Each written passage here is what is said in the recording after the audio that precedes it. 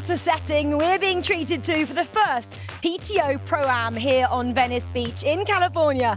In just a short while, some of the world's top triathletes will race Olympic distance triathlon relay alongside some challenge athletes, foundation athletes, and some special guests too.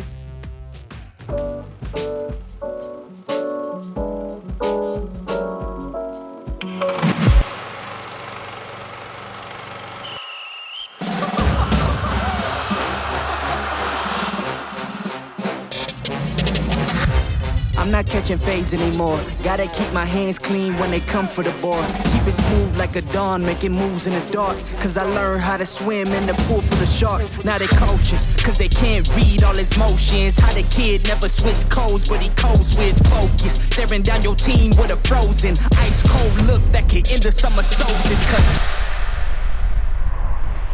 I'm the kingpin. Top dog, top flow, boss mode. I'm the kingpin. Top dog, top flow, boss mode. I'm the kingpin. Showstopper, top dog, God 5. I'm the kingpin. The iconic Venice Beach, home to the famous Muscle Beach Gym, popular with fitness fanatics and tourists alike who flock to this golden stretch of sand and its diverse offerings. Formerly a hangout of Arnold Schwarzenegger in the bodybuilding days, this unique beach town known for its bohemian spirit really does have it all, which is why over 10 million tourists flock to this popular hotspot in California each year. And today it plays host to the Herbalife 24 Triathlon Los Angeles and the first PTO Pro-Am. And this, downtown LA, is where everything will come to a head. My name is Rachel Stringer. I'm very excited that alongside me today we have Olympic bronze medalist in the triathlon from Rio 2016, Vicky Holland. I mean, Vicky, what a setting we are being treated to. I feel very lucky that we're here in LA for this new event, the PTA Pro-Am. It's the first of its kind for them, isn't it? It is. It's the first time we've had an event like this, and I'd love to see more of this as we go on, combining the Challenge Athlete Foundation athletes with the pros on an iconic course. Great weather we're expecting today. It's going to be a treat for us. Yeah, I mean, the weather yesterday was about 33 degrees, so it's going to be a scorcher down here for the athletes. So I think they'll be grateful if they're on the swim first up. But let's just talk then about some of the superstar athletes you'll be getting to have a little look at a bit later on, because we have some absolute superstars, don't we, from the world of the PTO. We do. We've got some of the top-ranked athletes in the world here. Lionel Sanders, of course, second place at last weekend's Ironman World Championships. We've also got fourth place on the female side from the same race, Sky Munch. We've got some real stars here today. On the swim, we have the Challenge Athlete Foundation athletes, and these are super special. We have some of the who's who, don't we, of Paralympic athletes here. I mean, Vicky, they're so inspirational. We're going to obviously learn a little bit more about them later, but tell me about a couple that have really caught your attention. Yeah, we have Alyssa Seeley. She is Paralympic gold medalist, 2 times gold medalist. She's really a star of the para-triathlon scene. She's here today. We've also got Rudy Tolson Garcia. He's actually doing the run leg later today. He's multiple Paralympic medalist. Amazing. For me, my story didn't really begin with a goal of going to the Paralympics or finishing an Ironman. Really, for me, my life started with just wanting to be a kid. I have an older brother and 3 older sisters, and I always just wanted to be like them growing up. When I was born, I had multiple birth defects, and so I was unable to walk on my 2 legs. Essentially, I grew up in a hospital. I went through more than 15 operations before I was 5 years old, and all of them were geared towards fixing and straightening out my legs. And after about 15 operations, nothing worked. So I told my parents, let's cut my legs off. You know, for me, it was to make that decision at the age of 5 was very easy. It was very black and white. It was either stay in the hospital or get my legs amputated and get some cool robot legs. And so I was all for removing my legs that really didn't work. And I had my legs removed at the age of 5, and shortly after I got involved in sports. And sports for me has been a great way to find my confidence, to find who I am as a person, and also there's a bonus in there, and that's being able to motivate and inspire people.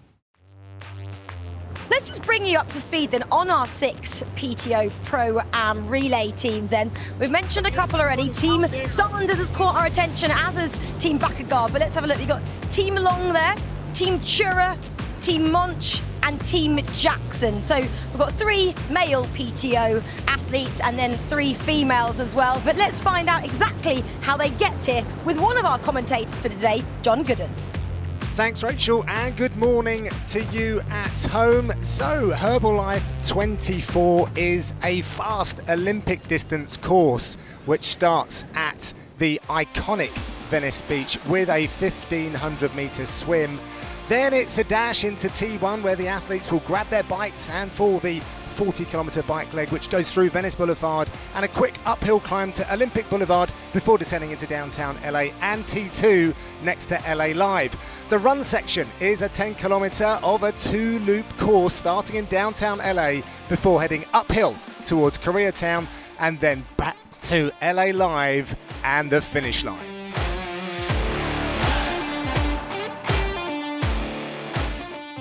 Well, let's quickly chat about the relay format as well. Obviously, you're well versed in mixed relays. Slightly different here this time out because we've only got obviously swim, bike and run leg for each of the athletes. But tell me, I guess, about tactics there. Will they have come together as a team to try and figure out how they're going to play this one out? Well, I mean, they should have done. In my mind, you know, as a real competitor, I would have been sat down with my team and talking that through. But I think one of the most important things to mention is that relays really bring the best out of you. You always find a few extra % when you're not just racing for yourself, but when you're racing for your team. We already saw that with the Collins Cup last year in Slovakia. Athletes were really giving everything, digging so deep just because they're racing for their team. Well, you can see that if you check out their social medias. They've been posting pictures all weekend with their teammates, so I'm sure they're very excited to get started on this PTO Pro-Am, as are we, and as are our 2 commentators who are John Gooden and Barry Shepley. Thank you very much, ladies. Good morning, Barry. How are we doing? Fantastic. Excited for this day. Some fantastic athletes out there. No question, when you put this new format, it's going to be very exciting. Well, let's take a look at the elite list, shall we? There's some great swimmers in there. Eric Lagerstrom, expect him to be one of those first athletes out of the water.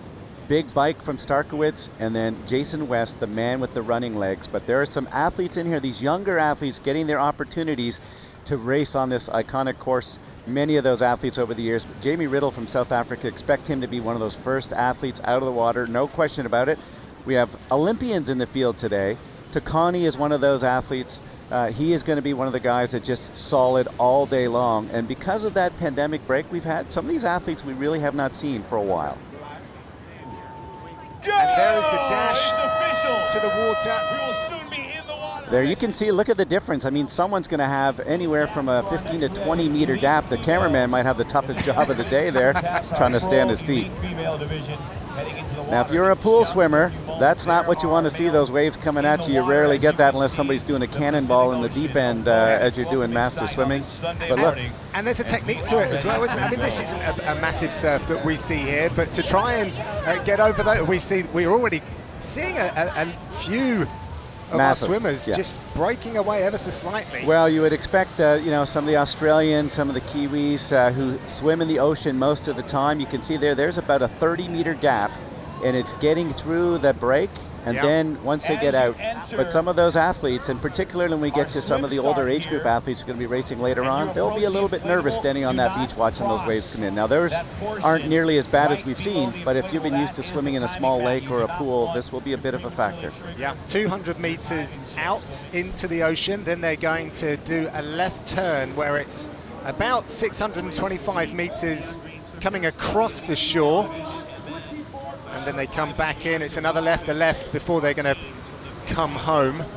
And now already we see that arrowhead. Oh, for sure. The wetsuits will certainly be a factor. If you're an average to a weaker swimmer, you absolutely want to have a wetsuit. If you're a great swimmer, you know, like a Riddle or Lagerstrom, you would prefer not to have a wetsuit because your gap out of the water will be larger on some of your competition. Numbers there and swim caps. It was cold enough for a wetsuit though this morning, Barry. Yeah.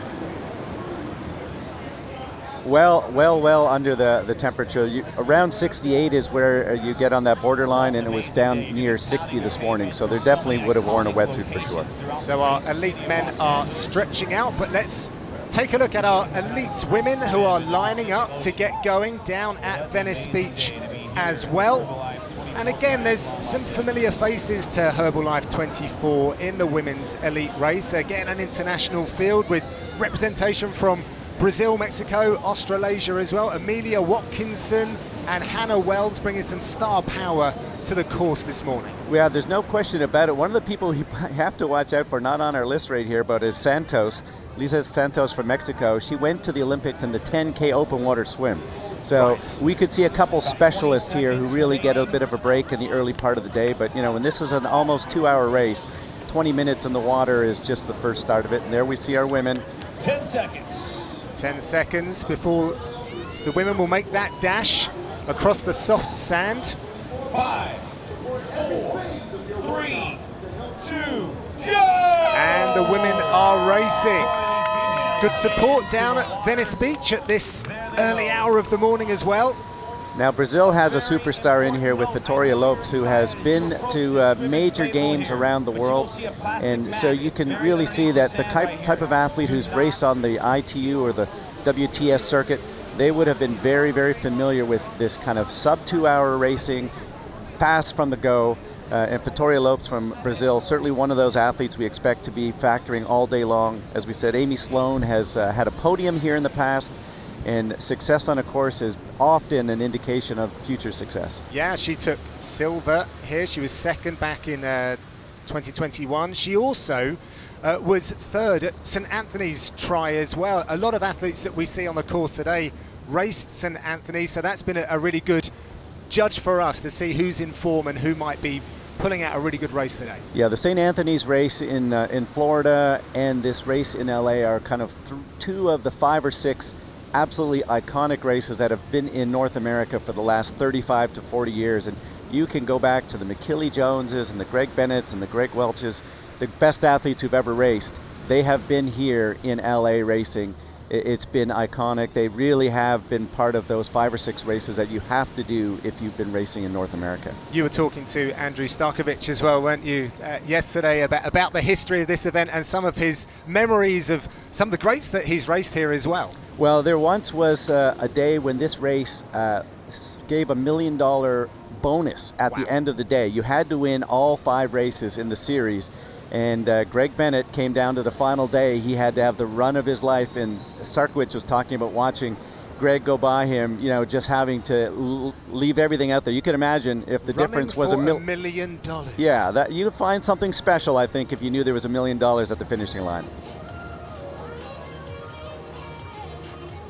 So the women as well starting to separate themselves. A couple of swimmers out there ahead of the rest of the pack.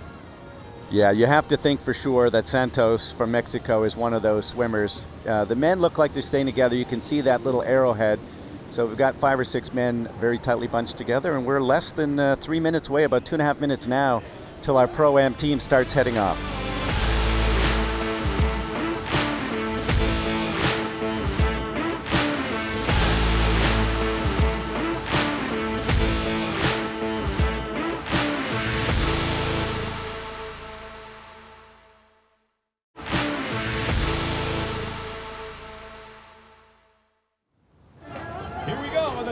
Los Angeles Pro-Am. 5, 4,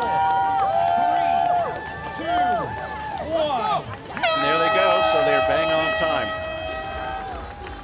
And those waves are going to be a little bit of a challenge to get in. I mean, Bob Babbitt's been here, and you know, he was saying they've just handed out almost $7 million of challenge athlete awards to some of the athletes that are in the race right now. So they've now, you can see, dropping their crutches, and every athlete's going to have a little bit of a different struggle to get started into that swim.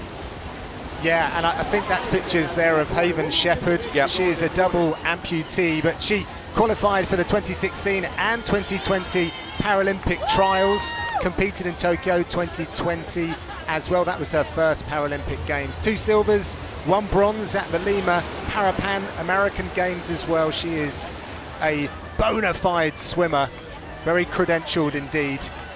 I was born in Vietnam to 2 parents that had an affair. and had me. And in Vietnam, women can't divorce husbands, so they decided to commit a family suicide, and they strapped bombs onto themselves and they held me. And all the damage was done to my legs, and then that happened when I was 16 months old, and then I was later adopted when I was 18 months old. CAF means so much to me, just simply because I got my start in sports with them. I basically kind of grew up with CAF, just kind of molding the road for my athletic journey. I mean, I wouldn't have known about adaptive sports at all if they didn't reach out to me and say, hey, why don't you come out and try this and just see what it's like. And I just fell in love with the community and who they are. I feel like there's such a special bond within the community of just CAF and triathlon. I mean, there's just nothing like it. I mean, I've done all the sports. I've done track, I've done swimming, and I've never really gotten full into triathlon, but there's something so special about tri, and something that no other sport I don't think could really replicate. What's just beautiful about this whole occasion is you see from both sides that Haven's excited to be racing alongside Lionel Sanders, the likes of Paul Felder, and they're absolutely inspired by those in their team as well. Look at the competitive nature of the swim now, Barry. Yeah. As we see Ahalia Lettenberger in the pink cap right on the hip of Chris Hammer. Well, and that's to her benefit. She's going to make him look up, do the work. He's going to get frustrated as his toes are getting tickled by her every time they're coming through, and you'll know there's another body there. There's no question about it. She's playing this to absolute perfection, no question. Yeah, she won the silver medal in the 400-meter freestyle at the 2019 World Para Swimming Championships. She swims at Rice University in Houston, Texas. And what I also liked about her story as well is she's studying bioengineering at university. She wants to design medical devices to help others with disabilities. So she's not only a medal-winning Paralympian, she's also super smart, who will no doubt continue to make a mark on the world after her athletic career. Anytime you're an IM swimmer, and that's the 4 strokes, you are, a specialist in everything. I mean, you really are able to do all of those strokes at a very high level. The separation here, we'll see who gets to that yellow buoy first, because sometimes if you go off course, and Chris looks like he's going off, so we'll see whether or not he adds himself a little bit of extra distance here. I think he's going to the wrong buoy. If you take a look over here, there's the one buoy coming back towards him, and I think Chris has made a mistake in going the wrong direction. And I think maybe Lettenberger has spotted that, because you often get caught in following the heels, right? But we'll see what happens here. And I am certainly no one to critique swim technique, but taking a look at the difference between Lettenberger, who was born with a musculoskeletal disorder that affects her lower limbs, it's a very upper body motion that she has here, against Chris Hammer, whose disability is with his arm, but she just looks so tidy through the water, doesn't she? I mean, she's coming from a traditional swim background. Chris was a runner who's perfecting a stroke. Now he's recorrected himself, but he's probably added himself an extra 25 or 30 meters. She's being very smart, conserving her energy, and they're both going to get to that yellow buoy about the same time. The only difference is Chris has, had to go an extra 25 meters and use up a little bit of extra gas. Now the fact is, both of these athletes, their day will end when they get out of the water, so energy conservation isn't maybe necessarily as significant. Look at that. That's much more intelligent navigation. Looking over, they're side by side. So she's using a little bit more kind of just open water smarts. And the fact is, she's actually traditionally a pool swimmer, so this isn't something that she would have that much experience at. Yeah, and she will be handing over to Haley Chura. Chris Hammer will be handing over to the university-loved Heather Jackson. Yeah, Heather has been incredibly busy here because she's also part of the sponsorship team that Herbalife, yes, of course. So she's been at their office meeting their staff, just being an incredible ambassador. I spent the whole winter with Heather in Tucson, Arizona. She's been swimming with Coach Justin Slade. Did you ever see her break a smile, like not have a smile No, across her face? literally at 8 o'clock in the morning, 5 days a week, as she jumps into the water, she has that smile at the end of every 50-meter interval. The teeth are still there, smiling like that's who she is. She's got a fantastic energy.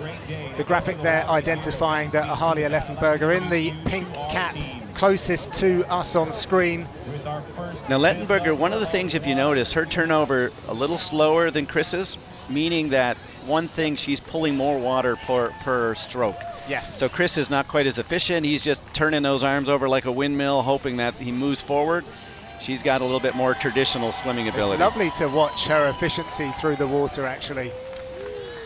Yeah, so that's going to be Haley and Heather Jackson. So the two female cyclists will be very likely the first to head off. And right now we're approaching 20 minutes on the Pro-Am. They should be out of the water probably somewhere in the neighborhood of about 27 minutes. I grew up playing soccer and softball. I have an older brother and a younger brother, but I'm in a family of boys pretty much. And so I grew up really competitive. And so starting out playing soccer and softball, as you can imagine, with the disability affecting my legs, that wasn't really ideal.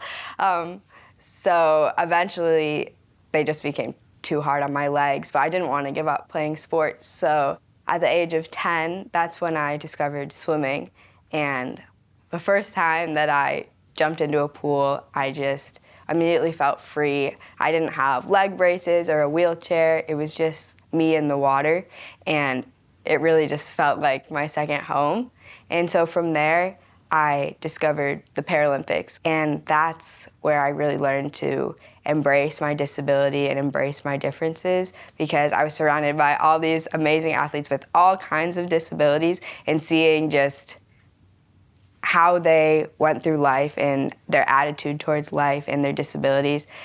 It made me realize that my disability doesn't have to be something that I'm ashamed of or something that I want to hide, but the Challenge Athletes Foundation really makes sports accessible for kids and people with disabilities. And I just think that's something so important, because it really is an outlet. It's so much more than sport. It helps people find a community of people just like them.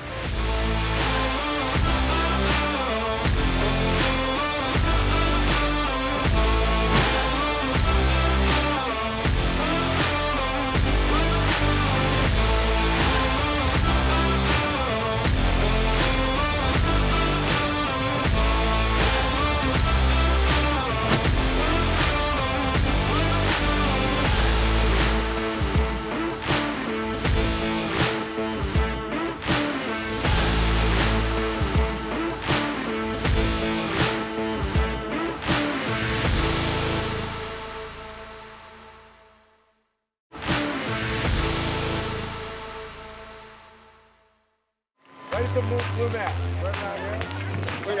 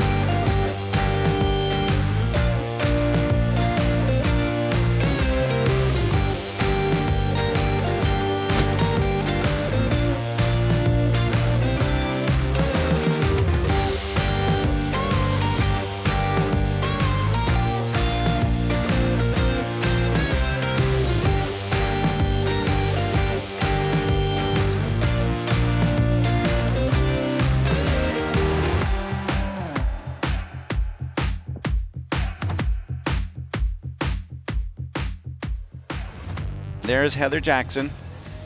She's got the very colorful outfit on. She starts tackling Venice Boulevard, heading east. She won't be happy to find out that Lionel Sanders is probably about 3 minutes down going out onto the course. They would have wanted to have maybe somewhere in the 6 to 7 minute gap. Lionel will not play nice when he gets onto that bike. Heather Jackson won Ironman Florida, and she's consistently a sub-3 hour marathoner. So for those viewers that are out there and you go try to run a 3:30 to qualify for Boston or 3:40, imagine doing a sub-3 off of a 180 kilometer bike ride. Well, speaking of the bike, she did just over an hour on the bike here last year, and just under an hour and 2 minutes in 2019. So that will give you an indication of how long she might be. I believe that's Emily Gray coming out of the water now. Emily these days, she's a climber. She started with swimming, credentialed in swimming, but now she's trying to make a real impression in paraclimbing, get it recognised as a Paralympic sport. She's from South Africa, but she spends time here in the US. I think she lives in Colorado, she was telling me, spent a lot of time in New York. Her next goal is to do Mount Kenya, 17,000 feet. And there goes the tag. There goes Mr. Sam Long. This Sam is so good for the sport. Initially I think some young people maybe were watching thinking this guy's being a little bit brass, but he's backed it up with victories, medals at the 70.3 Worlds, through the mat. So what he's doing right there, he took off her chip and tossed it down, and that way we'll have an official time for their swim leg, and now he's got a chip on his own ankle, which will become the official bike split for him. So the leads going to the right. There's a different the age group athletes going right underneath. You can see right there they've got the shower set up. So these are now the amateur athletes coming out of the water. Sam didn't have to worry about going through there because he obviously doesn't have salt water on him. He wasn't in the swim. So these guys are trying to get that salt water off. Anybody who's got that chafing that happens after about 45 minutes when the salt water starts drawing, you know it. It feels good to be on a team again, but it's also cool because it's still your own individual performance that ultimately matters. I think the CAF, the Challenge Athletes Foundation athletes, they deserve a lot more respect than they get.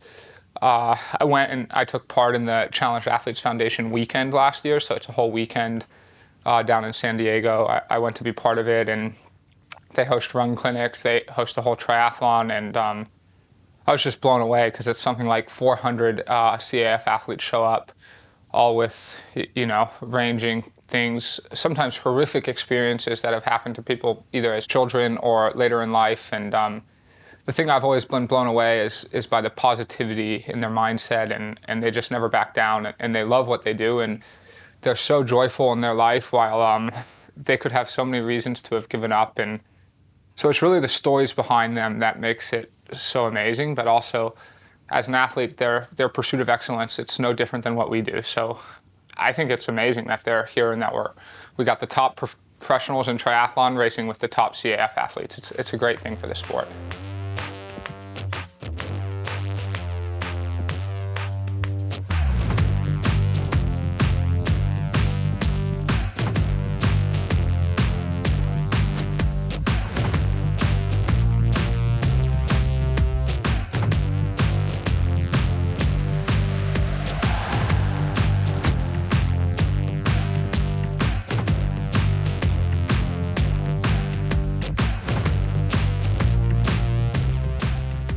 Jamal Hill is approaching the beach. Para bronze medalist at the 2021 Games in Tokyo. And he said one of the other things, that he's excited about, there you can see the age group athletes with those blue caps just going past Jamal. Trying to get your land legs when you've been down for 25, 30 minutes is not easy. Sky's on shore waiting for him to come here.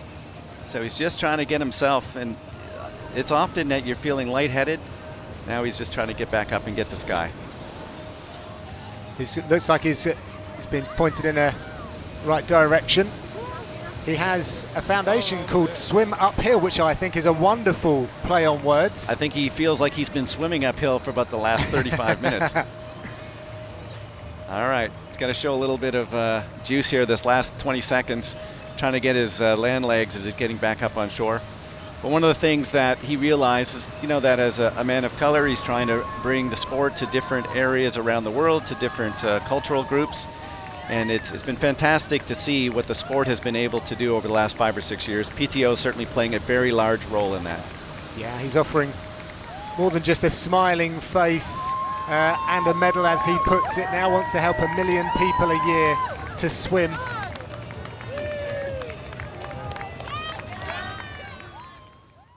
Well, there's the Colonel right there, Lionel Sanders. Look, he's got the disc on. He is laying down some huge watts. And he has really worked hard in his last 3 or 4 years. Canyon's done a great job of bringing some high technology to Lionel Sanders to be able to make sure in the early days, you know, he was incredibly powerful but not necessarily really efficient with his biking. But they've spent a lot of time in the wind tunnel, a lot of time with Canyon to make sure that they get him in the right position. And Lionel Sanders right now is eating time into Heather Jackson, and I think it's just going to be a matter of time before Lionel pulls up beside Heather. I know Heather's doing incredibly well. Look at this car over here trying to struggle, and Lionel's pulling away from the car, so that just shows what kind of speed this guy has. Absolutely ripping it down Venice Boulevard is Lionel Sanders. It's the first time that he's raced here before, so you know, this will be absolutely brand new. He can look up the road there and he'll be able to see that Heather, I think, is not too far up the street. And it's great, you know, when you finally do close down the roads, lots of the locals are out here enjoying their bicycle ride early in the morning before the 3,000 or 4,000 age groupers start coming through. And I know this isn't going to really affect a cyclist like Lionel Sanders, but the condition of the roads out there, they're well trodden, as we say. So well, it's going to be kind of uncomfortable there on those TT bikes. Yeah, the only difference is, you know, it's 54, 55 minutes. He was, you know, 4:16, I think, at that incredible ride he had just a week ago in St. George. Right, yeah. One of the fastest rides I've ever seen him do was at Ironman Florida, just a little over 4 hours. 4:04. Yeah. So, you know, he's used to putting anywhere well into the 300s, and if it's, you know, a shorter race like this, he's averaged over 400 watts at a couple of Olympic distance races.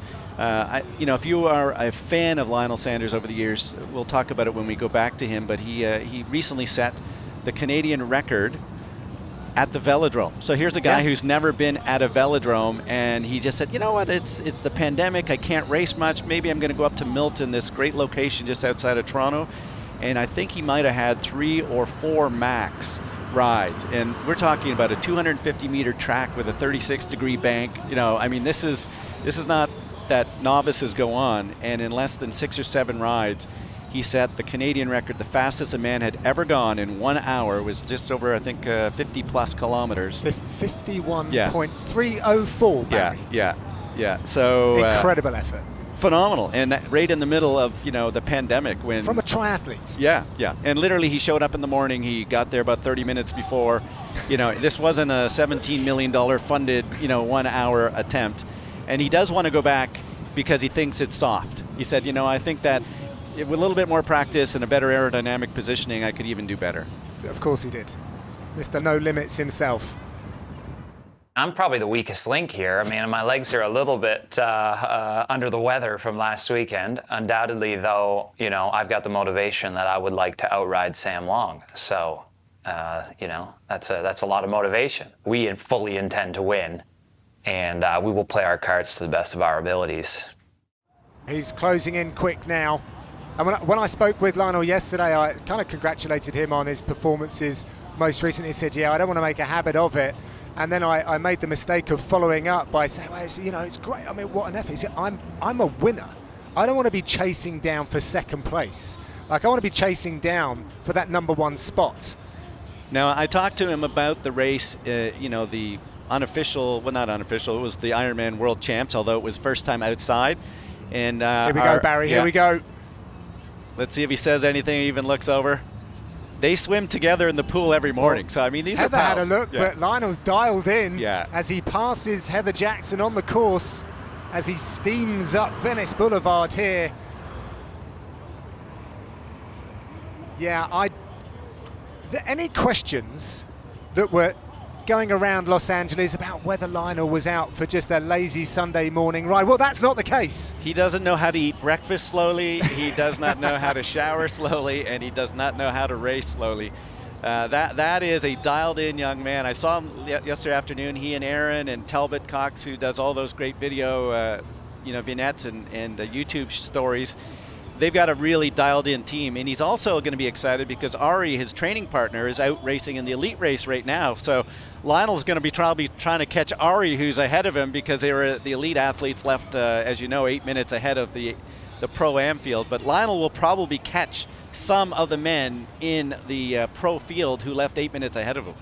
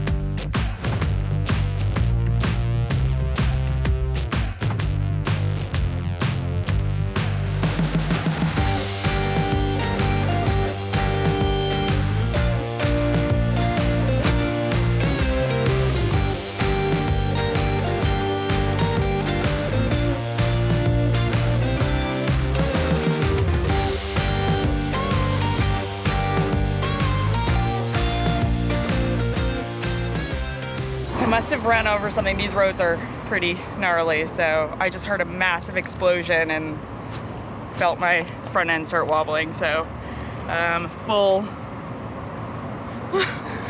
blowout. Yeah, I don't know. I must have hit something.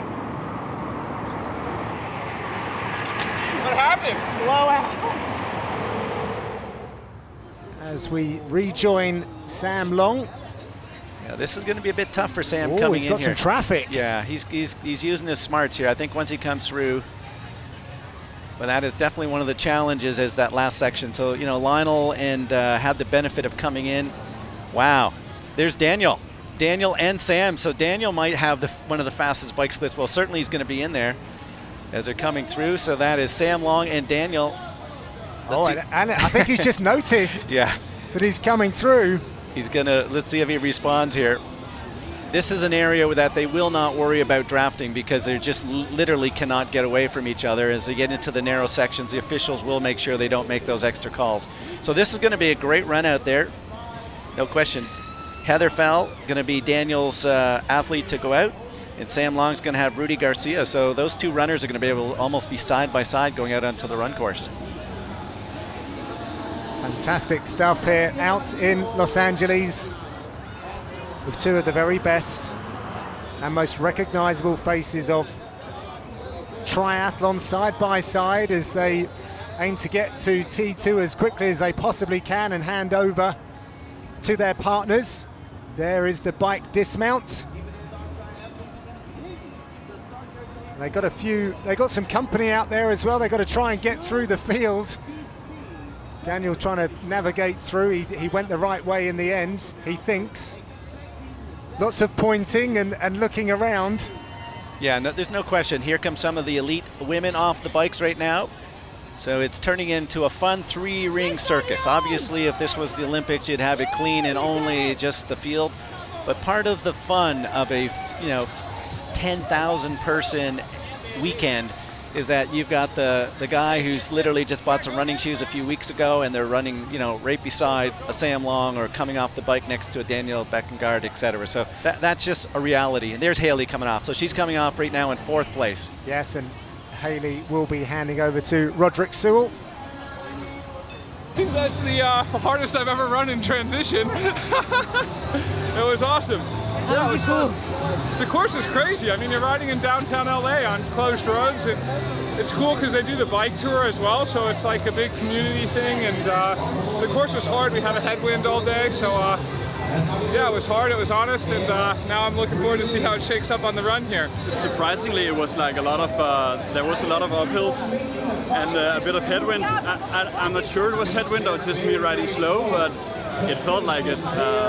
And then, just going through the city, kind of going from Venice Beach into downtown, it was you just got everything, like the big buildings, like the cozy neighborhoods and everything. It was awesome to watch. Haven set us up really well, and then I rode as hard as I could, so they're not catching us.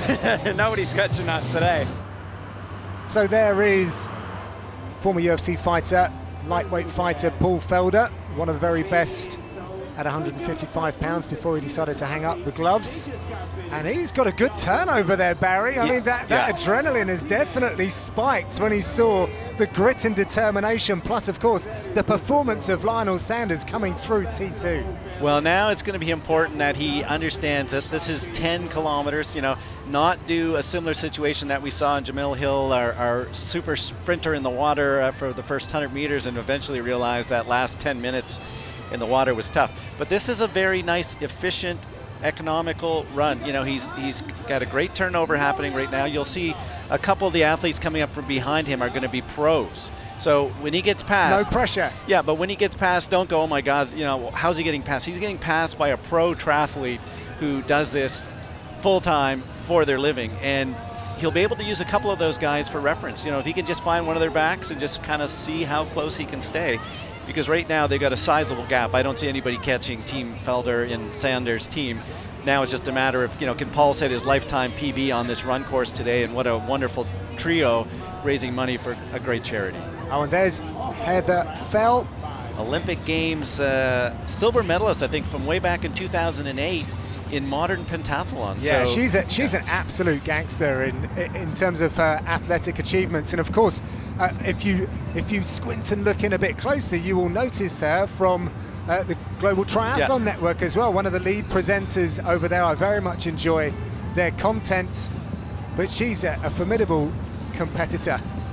Well, I got to know modern pentathlon a little bit better. Triathlon superstar Sheila Taormina went to the 1996 Olympics, won a gold medal in swimming in the 4x200, then the 2000 and 2004 Olympics in triathlon, and then she wanted to do something that no one has ever done, go to 3 different Olympics in different sports, 3 different sports. So she went swimming in 96, triathlon in 2004, and then made the Olympic Games in modern pentathlon in Beijing. And this woman, at those same games, won the silver medal. She's all smiles here. She, according to Strava, I was stalking her Strava, looks like she might be able to post sub 40, and that is one of the Roos brothers that takes the turn on this 10K Olympic distance triathlon. Well, at 1:45 on my watch, I'm anticipating anywhere in the next 3 to 4 minutes, we're going to have the overall men's champion coming in at the end of the day. Paul Felder there, continuing his 10K run to bring this home for team number 1, Team Sanders, comprised of Haven Shepherd, our CAF athletes, Lionel Sanders, of course, and Paul Felder. It's incredible to be racing with all these people and to see all their stories and the things that everybody's overcome and still just have that drive. No matter what life has served you up, everybody's competitive, and if you're an athlete, it doesn't matter what you're missing, what disability you have, people want to push themselves. And to be out on that course with these people is for sure inspiring, right? I'm a little nervous too, because I got to push myself. When you're on a team with Sanders, I got to push those boundaries for sure. Here is Riddle. That is a phenomenal race from that South African. This would be the biggest win of his career. He's powering home in the last few meters of this 10K, of this Olympic distance triathlon. He's starting to smile now as he takes a look over his shoulder, looking to bring it home all the way over from South Africa. Problems with the bike. Jamie Riddle pumps the air as he comes home at the Herbalife 24 here in Los Angeles. Oh, nice. A little shadow boxing across. I like that as well. Congratulations to him. He wins the elite men's here this morning. 1 hour, 49 minutes, right on that window. He's probably got himself a couple blisters there while he's got the shoes off. But that is a phenomenal run for that man. That probably is the biggest victory of his very young career already. And here comes Eric Lagerström. That is a great performance by Eric. He's just continued to get himself back into better and better shape over the last year and a half. And I know that his partner Paula Finley will be cheering on right now as less than 30 seconds back. Eric Lagerström on the podium again, and that is a great sign for his career. Well, I had a chance yesterday to talk to Rudy at one of the functions, and you know, my first memory of him was racing with Robin Williams on a relay team many years ago, and he says he's still very close with Robin Williams' entire family, rhymed off each of the kids, what they're doing, where they're at in school, whatever the case may be, where they're currently living at, and that was one of the inspirations for him to get started in the sport. And he said Robin Williams used to buy him Game Boys all the time, and now Robin Williams' kids are buying him Game Boys. Of course, Rudy Garcia-Tolson has been on the Oprah show. She is inspired by him and has been ever since he was a young boy, if you like. And I'm just going to list some of his achievements, just so that we can get some kind of perspective. 5-time Paralympian, 5-time Paralympic medalist, gold medal and world record in Athens, first double above knee amputee to complete an Ironman triathlon, which is the Arizona back in 2009, and he's been nominated for an ESPY, which my side of the globe, I still respect what that means here in North America. So just an outstanding competitor and a total inspiration the world over, and he's mentored many folks from the CAF Foundation, and he continues to do so. We have our lead women coming in This Right Lopez. now, Yeah, Vitoria's coming in, the Brazilian. Not a surprise. It was my pre-pick. I mean, she's just a world-class athlete. She had that fantastic swim out of the water. Not dissimilar to on the men's side. We saw that Eric and Jamie were first out of the water, and they led through the entire day. And this will be adding her name to a fantastic group of women, the McKillie Joneses, the Carol Montgomerys of the world who won on this course here in LA. So here comes Vitoria Lopez to bring it home for the elite women. Crosses the line in impressive fashion. Big smile from her. 2:03 and change. That's a fantastic time on that relatively technical course when you get out there on that bike course. You know, you're zooming in and out the 180, so that's a very solid time. And good darts as well, because her last time out at St Anthony's Try, she finished at 2:03 as well. So very consistent. I don't know that course intimately, but great work from Vitoria Lopez, who's really gapped the rest of the field.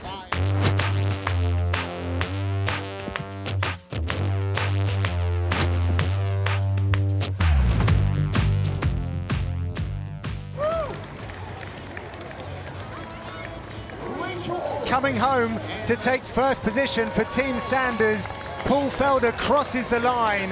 Congratulations to them. Great effort all round from that team.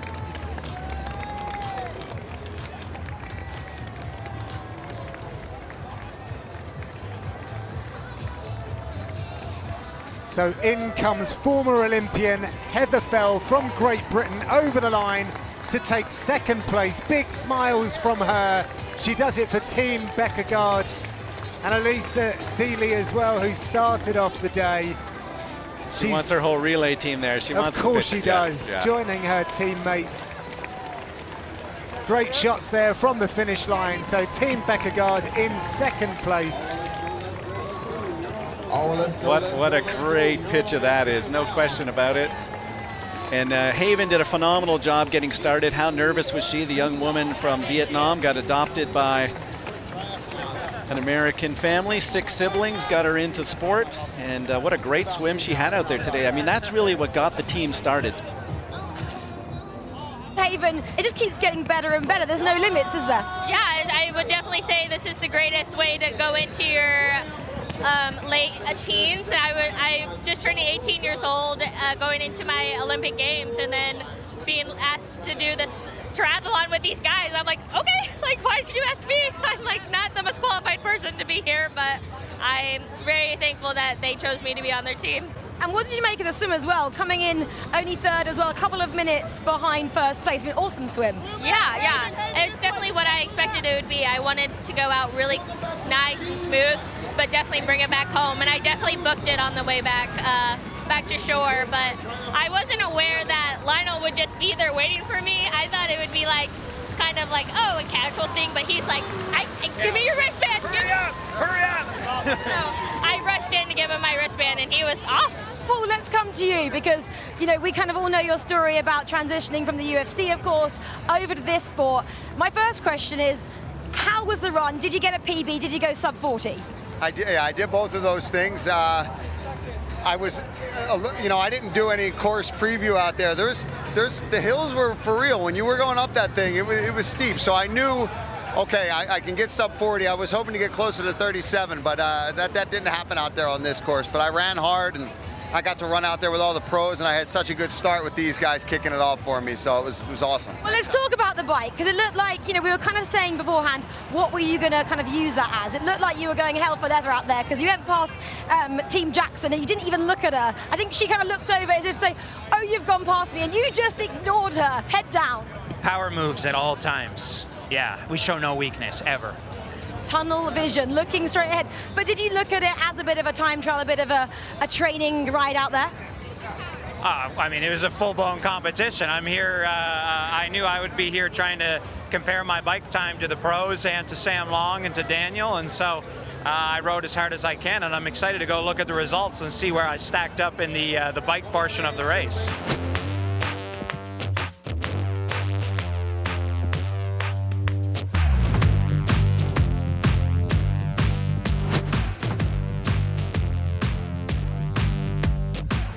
Alyssa Seeley here, Heather Fell and Daniel Daniel, of course, who came through in second place. Guys, congratulations, firstly. Well done. Alyssa, I'll come to you first. Tough swim out there, wasn't it? It was a bit tough, especially getting through the chalk at the beginning to get to the open water was a challenging feat for sure. Obviously, after Alyssa handed over, you had a bit of work to do, but you managed it, didn't you? The first 5 minutes, it was just like pure adrenaline. It just kicked in. After the 5 minutes, it was like, okay, this is going to be a tough one. I was just relying on these guys to do the hard work so I could get the glory run, basically. Team Backengard, you were second today. Woo! Congratulations. We'll now let you go and enjoy the rest of the day. Well, thank you guys so much for joining us in LA this morning. It's been so special to be a part of it, and we'll see you in July on our next event. Goodbye.